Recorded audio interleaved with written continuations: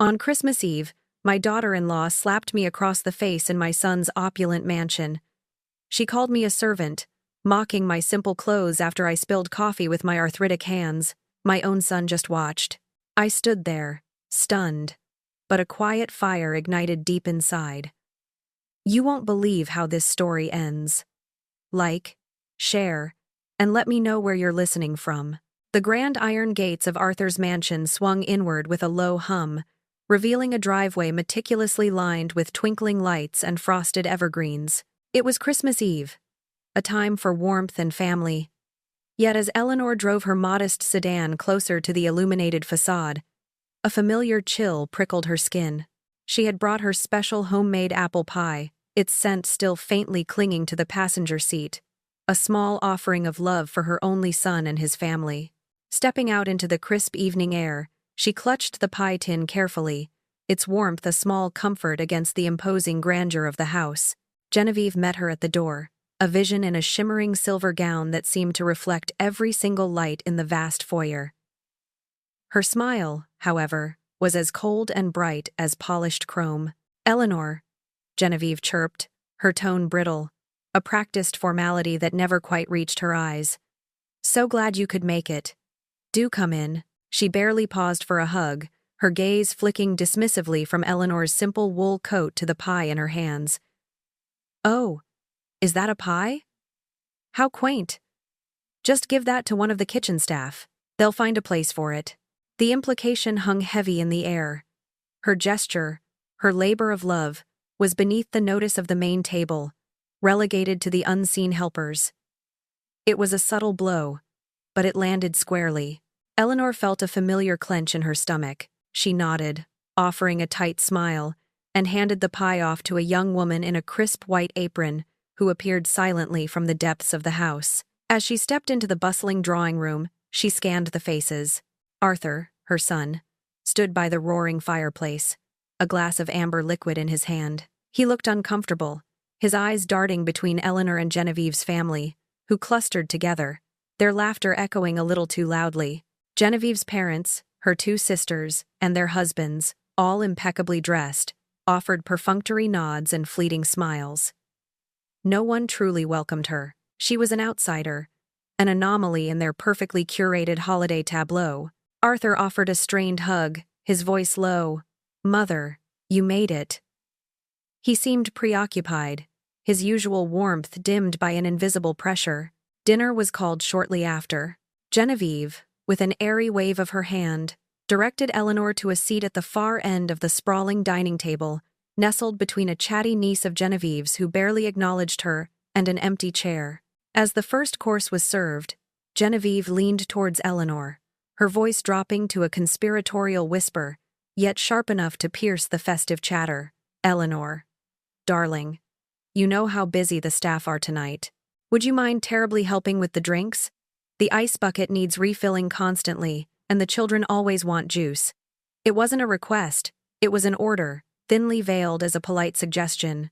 Eleanor felt her cheeks flush. She looked at Arthur, but he was engrossed in conversation with Genevieve's father, seemingly deaf to the exchange. For the next hour, Eleanor found herself in a humiliating ballet of service. She carried heavy platters from the kitchen to the dining room, her arthritic fingers aching from the weight. She refilled crystal wine glasses, carefully avoiding spills on the pristine linen tablecloth. "More bread, please, Eleanor," Genevieve's sister called out, barely glancing up from her plate. "My son needs his juice refilled." "Eleanor," another commanded. "Could you cut little Timmy's chicken for him, Eleanor? He's quite particular." The requests came relentlessly, each one a tiny barb, a paper cut as she thought of them, slowly eroding her dignity. She felt utterly invisible, a glorified hired hand in her own son's home, serving strangers who treated her with a cool detachment. At 66, she had never imagined she would spend Christmas Eve enduring such blatant disrespect. The festive sounds around her, the clinking of silverware and bursts of laughter, only amplified her isolation. Finally, dessert arrived. The rich smell of chocolate tortes and exotic fruits filled the air. Eleanor, exhausted and emotionally bruised, decided to simply sit and try to disappear. But even this small reprieve was denied. Genevieve, a picture of elegant repose, held up her empty coffee cup. Eleanor. Dear. Another one. Please. And strong this time. Eleanor sighed internally, pushing herself up from the chair.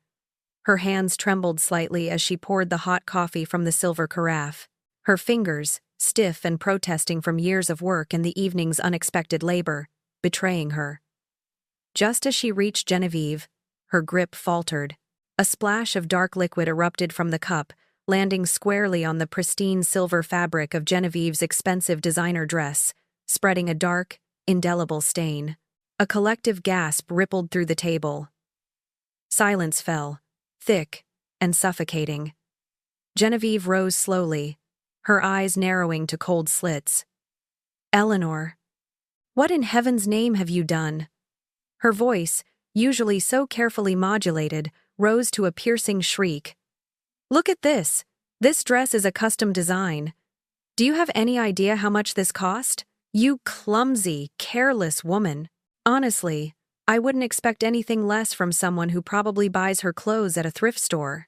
The words hit Eleanor like a physical blow. Her face burned with shame. She looked at Arthur, her son, her only hope for intervention. He stood frozen by his chair, his gaze fixed on the tablecloth, a muscle twitching in his jaw. Not a single person from Genevieve's family spoke, their expressions a mixture of shock and thinly veiled amusement. Eleanor wanted the floor to swallow her whole. I'm so sorry, Genevieve, she stammered, her voice a mere whisper. My hands. I should just go. Genevieve stepped closer, her eyes blazing with a fury that transformed her beautiful face into something ugly and menacing. Her hand, adorned with sparkling diamonds, rose. It moved with shocking speed, a blur of silver and skin. A sharp, stinging crack echoed through the silent dining room, a sound so loud it seemed to ricochet off the crystal chandeliers, like a gunshot. Eleanor's head snapped to the side, her cheek burning with excruciating pain. She brought a hand to her face, her mind reeling. She had never been struck in her entire life, not by her parents, not by her late husband. The shock was absolute, paralyzing her. Genevieve's voice, now dangerously low and chillingly clear, cut through the stunned silence. Maybe now you'll remember your place. The stinging pain on Eleanor's cheek vibrated through her entire being, a shockwave that silenced every nerve in her body. The echoing crack of Genevieve's open palm still hung in the air, a physical presence in the suffocating quiet. Eleanor's gaze, brimming with disbelief and hurt, instinctively sought Arthur. She expected him to move, to erupt, to finally intercede, to defend her after years of quiet endure. Slowly, deliberately, Arthur pushed back his chair. The subtle scrape of wood against marble seemed deafening in the absolute silence. His hand, still clutching a linen napkin, loosened its grip, and the pristine white fabric drifted softly to the polished floor, a silent flag of surrender, or perhaps a prelude to war. Eleanor watched him, her heart pounding with a fragile hope. His face, however, was a mask of unreadable stillness, devoid of the anger or panic she anticipated. When he finally spoke, his voice was unnervingly calm, measured, and dangerously quiet, each word precisely articulated, cutting through the thick tension like a freshly sharpened blade. Genevieve, Arthur said, his eyes, usually so warm and gentle, now held an icy precision that made Eleanor shiver. You just slapped the woman who owns everything you're standing on. If you— The 8 words hung in the air, shattering the silence with their sheer, unexpected weight. Everyone at the table froze, suspended in a collective tableau of disbelief. Genevieve's already pale face drained of all color, becoming ashen. Her lips parted, and she whispered, her voice barely a breath. What? It was a sound of utter confusion, a denial of reality in the face of an impossible statement. Arthur didn't raise his voice, yet his words carried an authority Eleanor hadn't heard from him in years. This house, he gestured broadly with a sweep of his hand, encompassing the opulent dining room, the crystal chandeliers, the priceless artwork on the walls, the cars in the driveway, the company that funds your lavish lifestyle, your credit cards, Your entire allowance for the past 5 years. It all belongs to my mother. Eleanor. Terror, cold and unbidden, slowly dawned in Genevieve's eyes. The disbelief began to recede, replaced by a dawning horror as her mind struggled to process the magnitude of Arthur's revelation. Her carefully constructed world, built on a foundation of assumed wealth and status, was crumbling around her, exposed as a mere illusion. She took a half-step back, her hand instinctively going to her chest as if to quell a rapidly beating heart. The dining room remained in an absolute, frozen silence. Genevieve's family, who moments ago had been so quick to judge and dismiss, now looked like statues, their mouths slightly agape, their eyes wide with shock. No one dared to move. No one dared to speak. The air was thick with the scent of fear and the bitter taste of truth. Arthur then did something Eleanor hadn't expected. He moved, slowly, deliberately, around the table until he was standing directly beside her. His presence, solid and unwavering, offered a sense of protection she hadn't felt in years, not since her husband had passed away. It was a silent, powerful declaration, a subtle shift in allegiance that spoke volumes. Eleanor felt a flicker of warmth, a tiny ember of hope igniting within her bruised spirit. Despite the throbbing pain on her cheek, despite the exhaustion that weighed heavy on her bones, Eleanor found a strength she didn't know she possessed. She looked at Genevieve, whose face was now a mask of pure terror, and her voice, though still quiet, was firm. "Sit down, Genevieve," she instructed, her gaze steady and unwavering. "There are things you need to know." Arthur moved to a nearby credenza, opening a hidden drawer. He retrieved a thick manila folder, its contents bulging, and placed it gently on the table in front of Eleanor. "Mother," he began, his voice still low, directed now at the stunned assembly, "has waited 3 years. 3 years to observe, 3 years to see if there was any depth, any kindness, any genuine character beneath the surface." He didn't need to specify whom he was referring to. The implication hung heavy in the air. Eleanor, her fingers still trembling slightly from the slap, but now guided by a resolute will, opened the folder. With slow, deliberate movements, she began to spread the documents across the polished mahogany surface. Incorporation papers, bearing her name as the sole proprietor of a sprawling investment firm. Property deeds, including one for the very mansion they stood in, meticulously detailed and unambiguously registered to Eleanor. Stock certificates for significant holdings in various successful ventures. All undeniably hers. "After your father passed away," Eleanor began, her voice gaining strength with each word, her gaze sweeping across the faces of the stunned guests, "I received a substantial life insurance payout. Most people, especially at my age, would have put it into a savings account, perhaps bought a smaller home. But she paused, a hint of pride flickering in her eyes. "I saw an opportunity. I quietly invested. I learned. I built. While everyone assumed I was living on a modest pension, I was building an empire. This lavish lifestyle you all enjoy, the one Genevieve constantly brags about," Eleanor continued, her eyes fixed on her daughter-in-law, "is entirely funded by my quiet endeavors. My business." She then picked up a specific document, a pristine white deed, and held it up for Genevieve to see. "This house," she stated, her voice resonating with an authority that left no room for doubt. "I bought it 5 years ago. It was an investment. I allowed you two to live here, to manage it, to decorate it, to your taste. I thought it would bring Arthur happiness, and I thought it would be a way to quietly support you both." Genevieve, finding her voice, gasped, a desperate attempt to cling to her rapidly dissolving reality. "No, that's not true. Arthur bought this house. He told me he did." Arthur finally met his wife's frantic gaze. "Genevieve," he said, his voice devoid of emotion, "it was a loan. From Mother's portfolio. A significant sum, yes, but still a loan. She holds the deed. She always has." The weight of Eleanor's words, "She holds the deed. She always has," settled over the dining room like a shroud. Genevieve's denial had evaporated, replaced by a dawning, sickening understanding.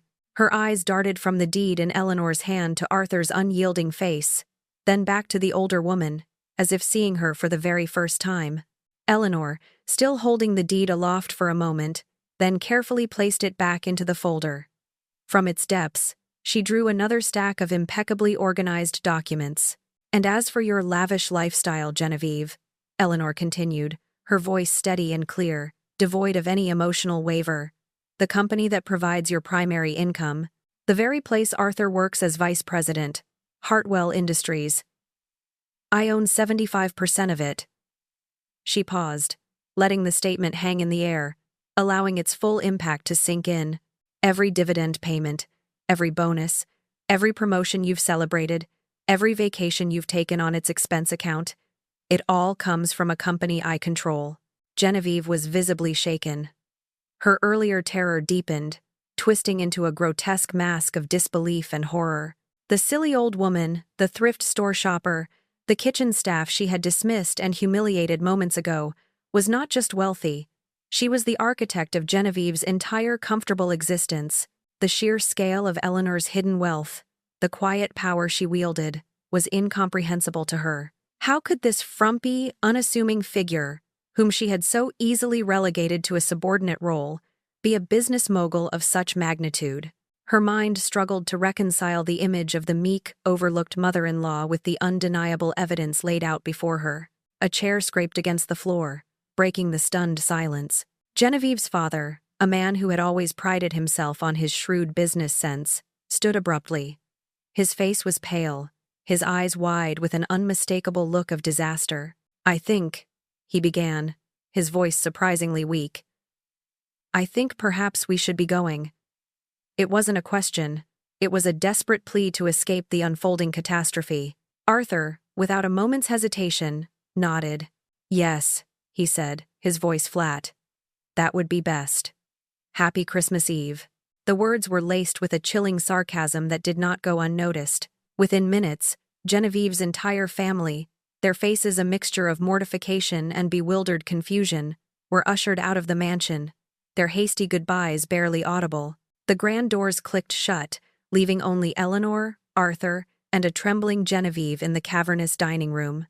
The departure of Genevieve's family seemed to unleash a torrent of truth. Eleanor reached back into the folder, pulling out more documents. Bank statements detailing multi-million-dollar balances, intricate stock portfolios listing diversified investments, property listings across 3 different states, each bearing her name. She laid them out, a silent, irrefutable testament to her immense, carefully concealed wealth. Eleanor finally fixed her gaze directly on Genevieve, her expression a complex mixture of hurt and resolute strength. "For the past 3 years, Genevieve," she began, her voice calm but penetrating, "you have dismissed me. You have mocked my simple clothes, my quaint contributions. You have treated me as if I were a burden, an inconvenience, or worse, a servant in my own son's home. Tonight, you hit me." Her hand instinctively went to her still throbbing cheek. "Do you have any idea how that feels?" Arthur stepped forward, his own face etched with a quiet sorrow. "I kept hoping." "Genevieve," he confessed, his voice heavy with regret. "Every Christmas, every family dinner, every time Mother visited, I kept hoping you would show some basic human decency, some kindness, some respect, not for her wealth, but for her, as a person, as my mother." Genevieve, her entire world having shattered around her, finally found her voice.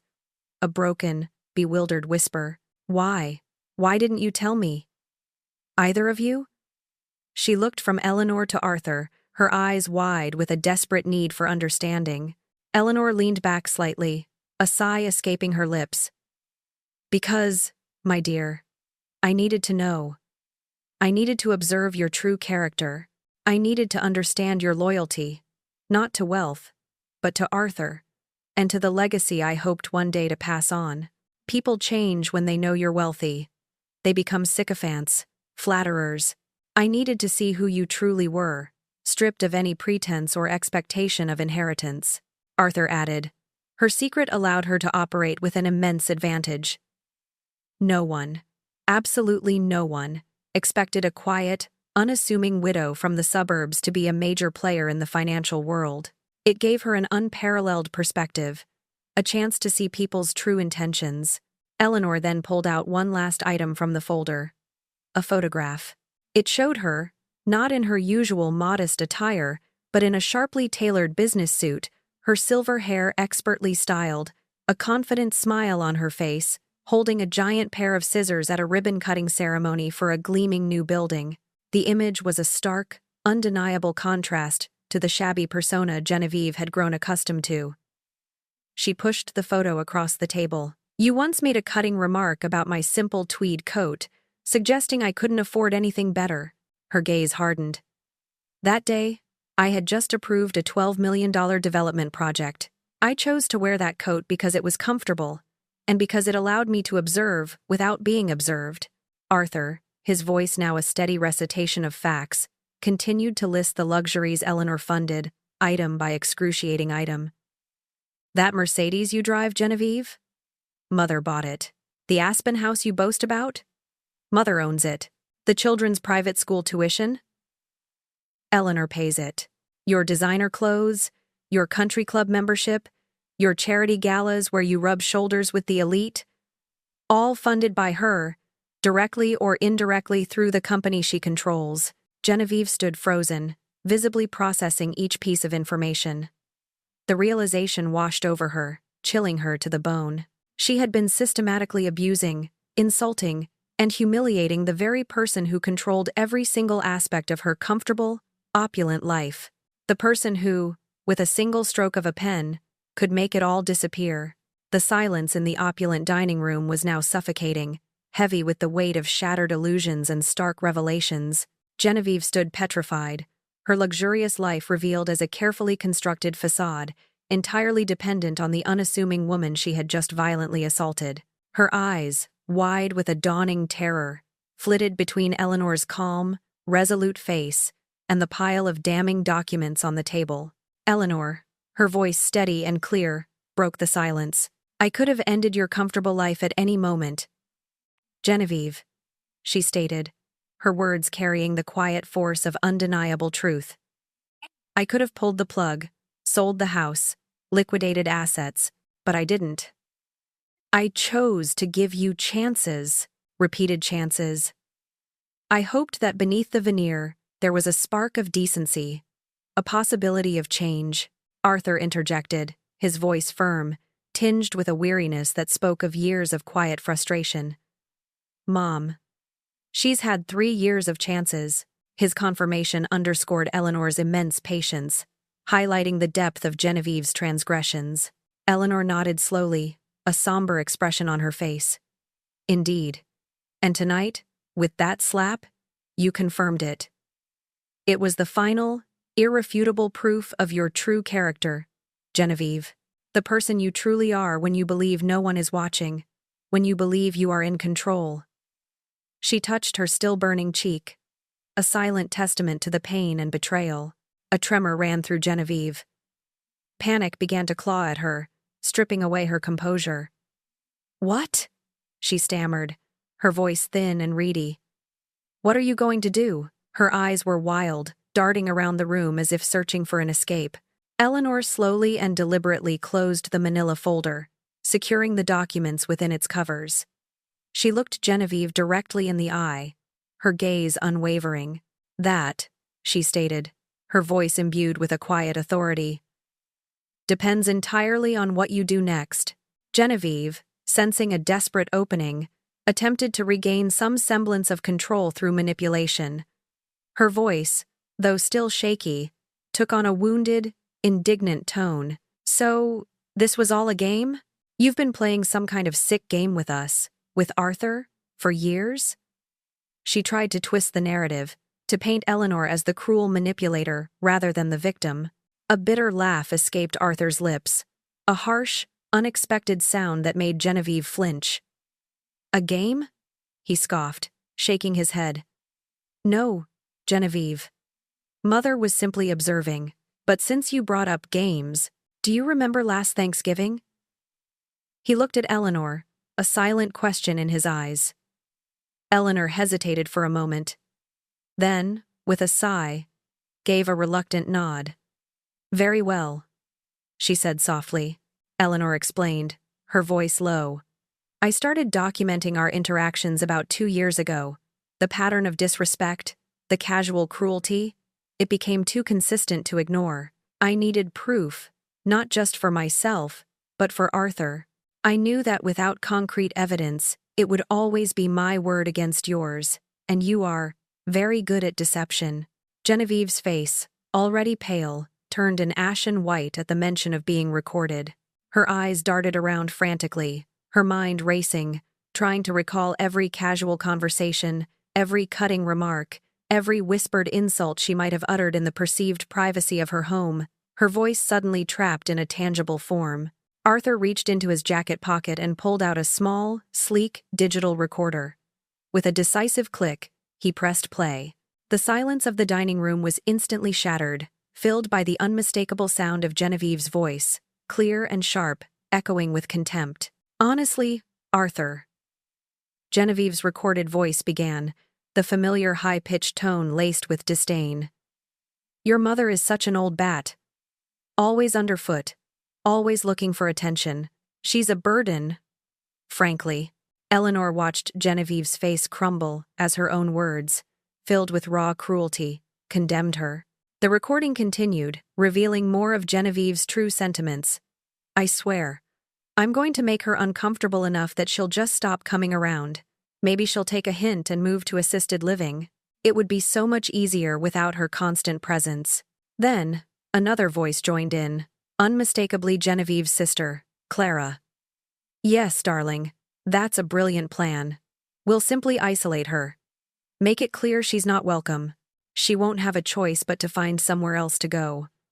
We'll tell her it's for her safety." The casual malice in their voices, the calculated cruelty of their plan, was sickening to hear. The recording played on for another minute, detailing more insults, more casual dismissals, more blatant discussions of how to subtly push Eleanor out of their lives. Genevieve stood utterly exposed, her carefully constructed image of an elegant, loving wife and mother shattered by her own spoken words.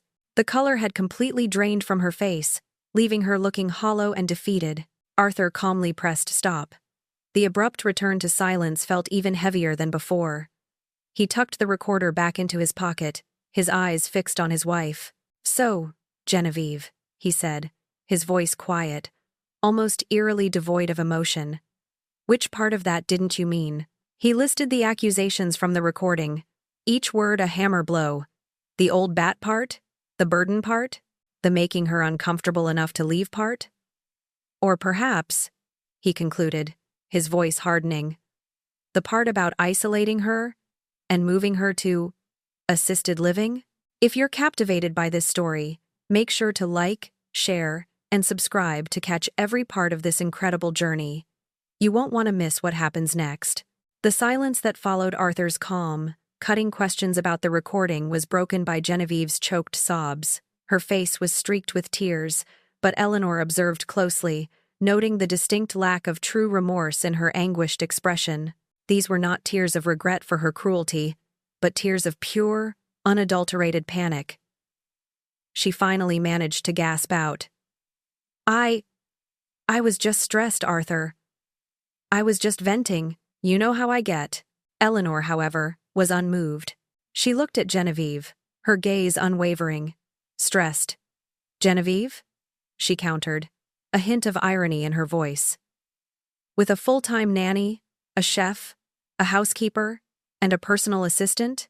With designer clothes delivered to your door and spontaneous vacations to Aspen? Your definition of stressed seems quite different from most people's, especially those who actually work for a living." She then reached for another document from the folder, a meticulously detailed printout. "Let's talk about tangible contributions, shall we?" Eleanor slid the sheet across the table. "This is a summary of the direct and indirect financial resources you've consumed over the past 3 years. The cost of maintaining this lifestyle, your personal expenses, the upkeep of this home, your allowance. It totals approximately $450,000. Genevieve stared at the numbers, her eyes wide, speechless. The sheer magnitude of the figure, coupled with her complete inability to point to a single earned dollar on her part, stripped her of any pretense of contribution. The reality of her entitlement, her utter dependence, settled over her. Eleanor underscored the point with quiet power. $450,000. Consumed. While you treated me like hired help, while you plotted to send me to assisted living, while you slapped me. Her voice was devoid of anger, merely a statement of undeniable fact, which made it all the more chilling. Arthur, who had been standing silently, finally spoke, his voice heavy with disappointment. I stood by you, Genevieve. I defended you to my mother on so many occasions, always hoping that she was wrong, that there was a good heart beneath the superficiality. I genuinely believed you would change, that you would eventually see the value of kindness and family beyond financial gain. His words were not an accusation, but a lament for a lost hope. Genevieve, desperate, flung herself at Arthur, grabbing his arm. No, Arthur, I love you. I swear I'll change. You know I love you. I'll be different, I promise. Her words were hurried, frantic, a desperate attempt to salvage her crumbling world. Eleanor merely raised an eyebrow, a shadow of a bitter smile touching her lips. You promised that after Christmas 2 years ago, when you forgot my dietary restrictions and served me a plate of food I couldn't eat. You promised after my birthday last year, when you made me feel like an afterthought. Your promises, Genevieve, have a very short shelf life. Arthur pulled his arm away from Genevieve's grasp, his expression firm. Last Christmas, he began, his voice flat. Mother came here expecting to spend time with her grandchildren. Instead, you made her sit at the children's table, claiming there wasn't enough room at the main one, while your aunt and uncle, whom you barely speak to, took her seat. Eleanor nodded, picking up the thread. And at Easter, when Arthur asked me to help him organize some documents, you told him I was forgetful and untrustworthy with important papers. You did this while I was standing right there, Genevieve. Eleanor then pulled out a small, elegant jewelry box from the folder, opening it to reveal a pair of glittering diamond earrings. Do you remember my last birthday, Genevieve? Arthur bought me these beautiful diamond earrings. She looked directly at Genevieve. And what did you give me? A gift card to a discount store, in a card that barely contained a personal message.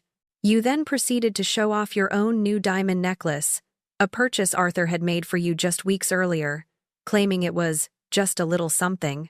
Genevieve's face tightened with each memory. The blood drained from her face as she slowly realized that every casual cruelty, every dismissive gesture, every insult, had not only been witnessed but meticulously catalogued. Nothing had been forgotten. Each memory, each incident, was a fresh wound, expertly delivered. Her voice a mere whisper, barely audible, Genevieve finally said, I didn't know about the money, about the business. It was a plea, a desperate justification for her behavior, as if her disrespect would have been acceptable had Eleanor simply been a poor, insignificant widow. Eleanor's gaze hardened. Precisely, Genevieve. Your kindness, your respect, your decency. It was all conditional. Conditional on perceived power, conditional on what you believed you could gain or lose. You treated me as you did because you believed I had nothing to offer, and therefore, nothing to take away. But you were wrong. Arthur stepped forward, his voice resonating with an undeniable authority. Mother is not just a woman who owns a business, Genevieve. She is the business. She controls Hartwell Industries. She owns this house. She owns every asset that provides for your lavish life. She could, at any moment, fire me from my position.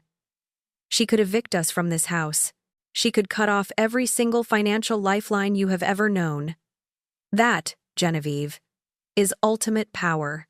The air in the dining room thrummed with the raw power of Eleanor's revelations and Arthur's stark confirmation. Genevieve stood exposed, her carefully constructed world crumbling around her, her face a mask of abject terror. The illusion of her control, her perceived superiority, had vanished, replaced by the terrifying reality of Eleanor's absolute dominion. Eleanor, her voice firm and methodical, continued to lay out the extent of her ownership. If you require further proof, Genevieve, she said, tapping the closed folder. I can show you the bank statements confirming my ownership of the joint household expense account, the one you've used so freely for years. I can also show you the documentation for the children's trust funds, all managed by my firm, all funded by my investments. Genevieve's hands, already shaking uncontrollably, began to tremble violently as she stared at the folder, understanding finally dawning with crushing finality. Every luxury, every comfort, every perceived symbol of her status and independence had come directly from the quiet, unassuming woman she had systematically abused and humiliated. The full weight of her transgressions pressed down on her, leaving her breathless and overwhelmed. Her voice a mere squeak, barely audible, Genevieve finally managed to articulate the question that hung heavy in the air. What? What do you want from me? Eleanor, however, did not miss a beat. Her gaze was steady, unwavering. The question? Genevieve, she corrected, her voice calm but resolute, is not what I want from you. It is what are you willing to do to make this right? Without a moment's hesitation, her voice laced with desperation, Genevieve blurted out, anything. Anything you want. I'll do anything. The declaration was immediate, born of raw fear rather than genuine contrition. Arthur, who had been observing the exchange with a grim satisfaction, stepped forward. Good, he said, his voice flat. Because Mother has already prepared some papers. Eleanor reached into the folder one last time, pulling out a document neatly stapled together. It was clearly a formal agreement, its bolded title visible even from a distance. This, Eleanor announced, presenting the first document, is a behavior contract. It outlines the terms and conditions for your continued residence in this house, your continued place in this family, and your continued access to any financial support from me. Genevieve snatched the paper, her eyes frantically scanning the clauses. As she read, the color drained from her face, leaving it ashen and drawn. Her lips thinned, and she finally looked up, her voice laced with outrage. This is humiliating. Eleanor merely raised an eyebrow, a cold glint in her eyes. Humiliating? Genevieve? These are not desires. These are requirements. Requirements for you to remain under my roof and enjoy the lifestyle my efforts provide. Arthur stepped closer to his wife, his presence a silent demand. Read them, Genevieve, he instructed, his voice firm, leaving no room for argument. Read each term aloud, so that there is no misunderstanding. He stood shoulder to shoulder with his mother, a united front that presented an impenetrable wall to Genevieve's pleas.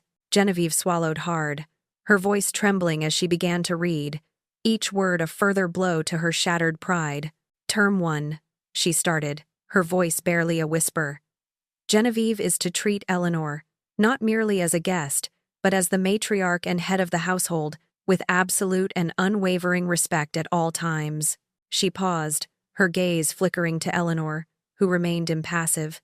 Continue, Arthur prompted. Genevieve took a shaky breath. Term 2. Genevieve will personally prepare and serve a monthly family dinner, taking full responsibility for the planning, cooking, and hosting as a demonstration of her commitment to service and family values. Her eyes widened in disbelief at the task, a direct reversal of her behavior earlier that evening. Term 3, she read on, her voice cracking. All household expenses, including groceries, utilities, and discretionary spending, must be reviewed and approved by Eleanor prior to any purchase or expenditure. Detailed receipts are to be provided weekly. The implication was clear. Term 4, she continued, her voice growing weaker. Genevieve must issue formal, written apologies to all individuals present tonight who witnessed her disrespectful behavior towards Eleanor, acknowledging her misconduct and expressing genuine remorse. The thought of facing those witnesses, particularly her own family, filled her with dread. Finally, her voice broke completely as she read the last term, her eyes welling up with tears, though still not tears of true contrition. Term 5. Eleanor reserves the unilateral right to terminate this agreement at any time, for any reason, without notice. Upon termination, Genevieve will forfeit all financial support, access to property, and any benefits derived from Eleanor's assets. The words hit her with the force of a tidal wave, signaling the end of her privileged existence. Eleanor watched her, her expression unyielding. "You claim these terms are humiliating, Genevieve?" she challenged, her voice piercing through Genevieve's feigned distress. "Humiliating? Do you remember how you humiliated me tonight? In front of your entire family? How you've humiliated me countless times over the past 3 years. The humiliation you inflicted upon me was far greater, far more cutting, because I never deserved it. You, on the other hand, have earned every single word of this contract." Eleanor's words, sharp and undeniable, hung in the air, leaving Genevieve reeling from the stark reality of her choices. The behavior contract lay open on the table, its terms a humiliating mirror reflecting her own past actions. Yet, even as Genevieve's pride smarted, a glimmer of desperate defiance remained in her eyes. Arthur, observing her reaction, knew there was more to be done. He turned to Eleanor. "Mother," he said, his voice measured. "Perhaps you should show Genevieve the alternative." With a calm demeanor, Eleanor reached once more into her omnipresent folder, pulling out another, equally thick document. "This," she stated, sliding it across the polished mahogany, "is option 2. The title, prominently displayed, read, "Separation and Divorce Agreement." Genevieve's eyes darted to the new document. The color drained from her face faster than before, leaving her complexion ghostly white. Her gaze raced over the terms, her breath catching in her throat.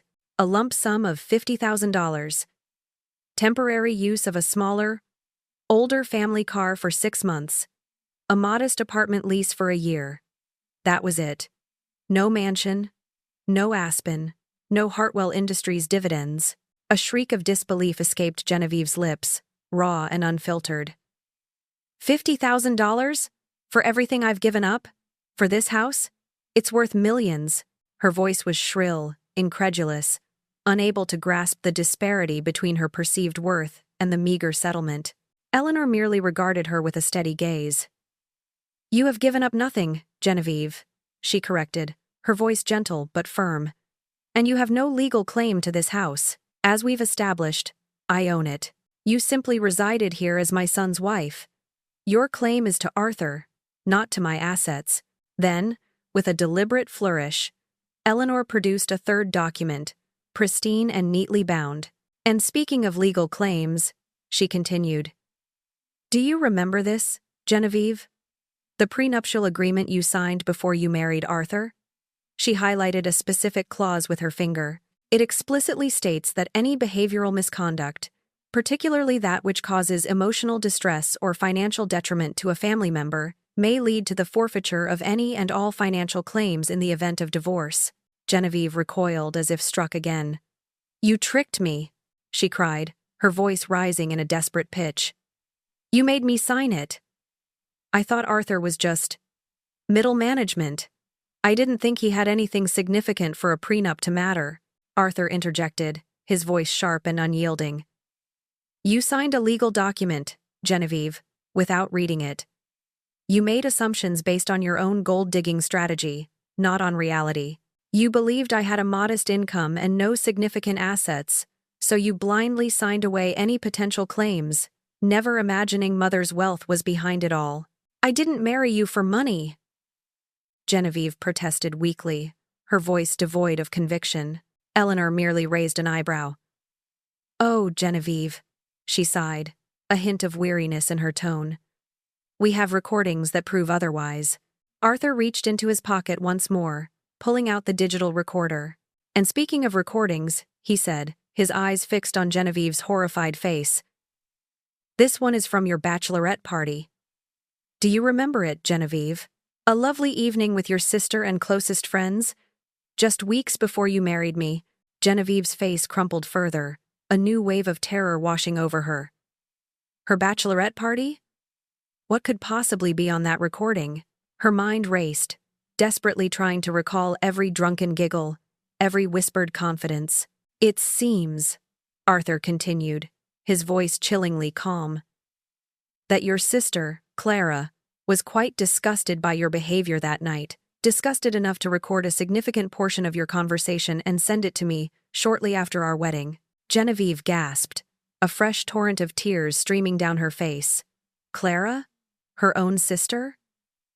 The betrayal, coming from a family member, was almost too much to bear. Arthur pressed play. The familiar sound of clinking glasses and muffled laughter filled the room, followed by Genevieve's voice, clear and undeniably her own, though slurred with alcohol. Honestly, girls, Genevieve's recorded voice purred. Arthur's mother is such a sweet old thing, but she's going to be a problem. I mean, who cares about the past when there's a future to be built? Right? My future. With Arthur's money. Of course. We'll have to find a way to gently, marginalize her. Make her less present. I can't have her interfering with how I run things. She's just a burden I'll have to manage. More laughter, then Clara's voice, surprisingly clear. Just make sure Arthur doesn't catch on, General. He's very attached to her. Please. Genevieve's voice scoffed. He's a mama's boy. He'll do whatever I say. Once she's out of the picture, it's smooth sailing. This house, the cars, the credit cards. All mine.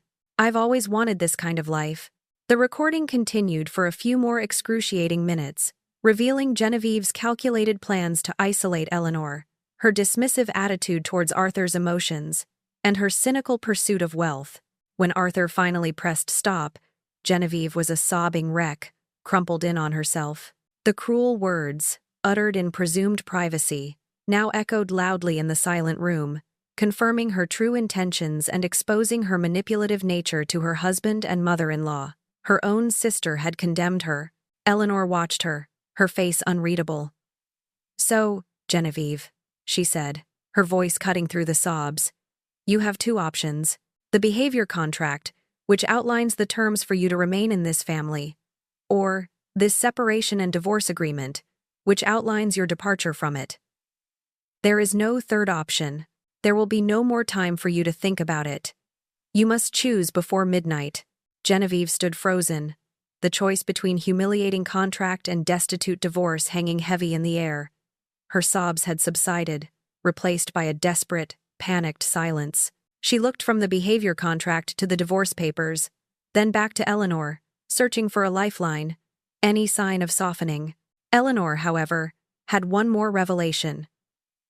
And just so you know, Genevieve, she said, her voice calm, I also sent copies of those recordings to your parents. They've made it quite clear that they're ashamed of your behavior and will not be offering any financial support should you choose. Option 2. The finality of the statement struck Genevieve like another blow. Truly alone, no safety net. With a desperate cry for air, Genevieve stumbled out onto the patio, the cold Christmas Eve air hitting her face. She pulled out her phone, dialing frantically. First her mother, then Clara. But the conversations were short, clipped. Eleanor could hear the frustrated murmurs and the sharp clicks of hang-ups. Genevieve returned moments later, defeated, her shoulders slumped, her eyes vacant. Her mother and sister, her only remaining hope for solace or aid, had offered none. They were ashamed, disgusted. Eleanor turned to Arthur, her gaze resolute. No second thoughts. Arthur, she confirmed, her voice low. I'm done being the understanding one. Done with the endless chances. Arthur nodded, his own face etched with a quiet regret. I wish I had stood up for you years ago, Mom. I truly do. But I was so blinded by, well, I don't even know what to call it anymore. Genevieve approached the table, her voice a hollow whisper. My lawyer, he said the prenup is ironclad. He said there's nothing. Eleanor looked at her, her expression unyielding. So, Genevieve, your decision? Still, Genevieve hesitated, a flicker of her old pride resurfacing. Would you really humiliate me with that contract? Making me serve dinner? Apologize to everyone? Eleanor sighed, a genuine weariness in her voice. Humiliation, Genevieve. The terms of that contract are not meant to humiliate you. They are consequences. Consequences for your actions, for your disrespect, for your calculated cruelty. They are designed to teach you basic human decency, values you seem to have forgotten, or perhaps never learned, to treat people with respect, regardless of their perceived status. To understand the value of honest work and personal responsibility. How long? Genevieve asked, her voice barely audible. How long would this contract last? Eleanor met her gaze. As long as you live in my house, Genevieve. That could be forever. If you genuinely prove you've changed.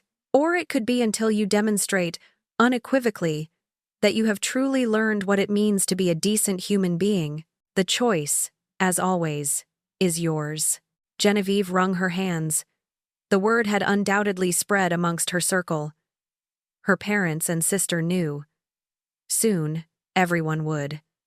She worried about being pitied, about the whispers and the judgment. Everyone will know, she murmured, her voice filled with self-pity. Eleanor's gaze was sharp. You taught them to pity you, Genevieve. With your behavior, with your arrogance, you created this situation. Arthur stepped in, his voice firm. Your image is the least of your concerns, Genevieve. Your character is what's truly on trial here. Focus on being wrong, not on how you look while being wrong. The clock on the mantelpiece chimed softly, indicating 1:45. The deadline loomed. Genevieve looked from the contract to Eleanor, then to Arthur, who remained stoic. With a shaky, tearful breath, she picked up the pen. At exactly 11:55 p.m., her hand trembling, Genevieve signed the behavior contract, choosing to stay. The scratch of the pen on paper was the only sound in the tense room, a stark declaration of her forced submission. Eleanor watched her, a flicker of something unreadable in her eyes. Forgiveness, Genevieve, she said, her voice gentle yet firm. Must be earned. Your first instruction under the terms of this contract. You will clean the spilled coffee from the dining table. And tomorrow morning, you will personally apologize to every guest who witnessed your behavior tonight. 6 months later, the opulent mansion, once a stage for Eleanor's quiet humiliation, now buzzed with a different kind of energy. Eleanor watched from the kitchen window as Genevieve, dressed in practical gardening clothes, patiently guided the grandchildren, Leo and his younger sister, in planting petunias in the sprawling flower beds. A smudge of dirt adorned Genevieve's cheek, and her laughter, genuine and unforced, carried faintly on the breeze. The turning point, Eleanor realized, hadn't been a grand gesture, but a small, authentic moment a few weeks prior. Leo had tripped and scraped his knee, and Genevieve, instead of delegating to the nanny, had dropped everything, rushing to his side with a truly concerned expression, her hands gentle as she tended to his minor injury. It was the first time Eleanor had seen a real, unselfish tenderness from her. Eleanor turned to Arthur, who stood beside her, sipping his morning coffee. She's really different, Arthur, she observed, a rare smile gracing her lips. Not just performing. She's engaged. Kind. Arthur smiled back, a warmth returning to his eyes that had been absent for years. I know, Mom. It's like I have my wife back, and you have a daughter. Leo, spotting Eleanor through the window, bounded inside, his small hand clutching a muddy flower. Grandma, are you happy now? He asked, his innocent eyes wide. Eleanor knelt, embracing him. She looked over his head at Genevieve, who smiled shyly from the garden. Yes, Leo, Eleanor said, her voice soft with contentment. I am very happy. Later that evening, Genevieve approached Eleanor, her hands clasped behind her back. She held out a small, handwritten note. Eleanor, she began, her voice a little shy. I wanted to give you this. Eleanor opened the note. Inside, in Genevieve's elegant script, were just a few lines. Dear Eleanor, thank you. I know you weren't trying to control me. You were teaching me how to be a decent human being. I finally understand. Love, Genevieve. Eleanor smiled, a genuine, heartfelt smile. She placed the note inside the now unnecessary behavior contract, tucking them both away in her folder. The documents, once weapons of revelation and ultimatum, were now relics of a painful past, replaced by the quiet understanding and affection of a real family, finally built on respect.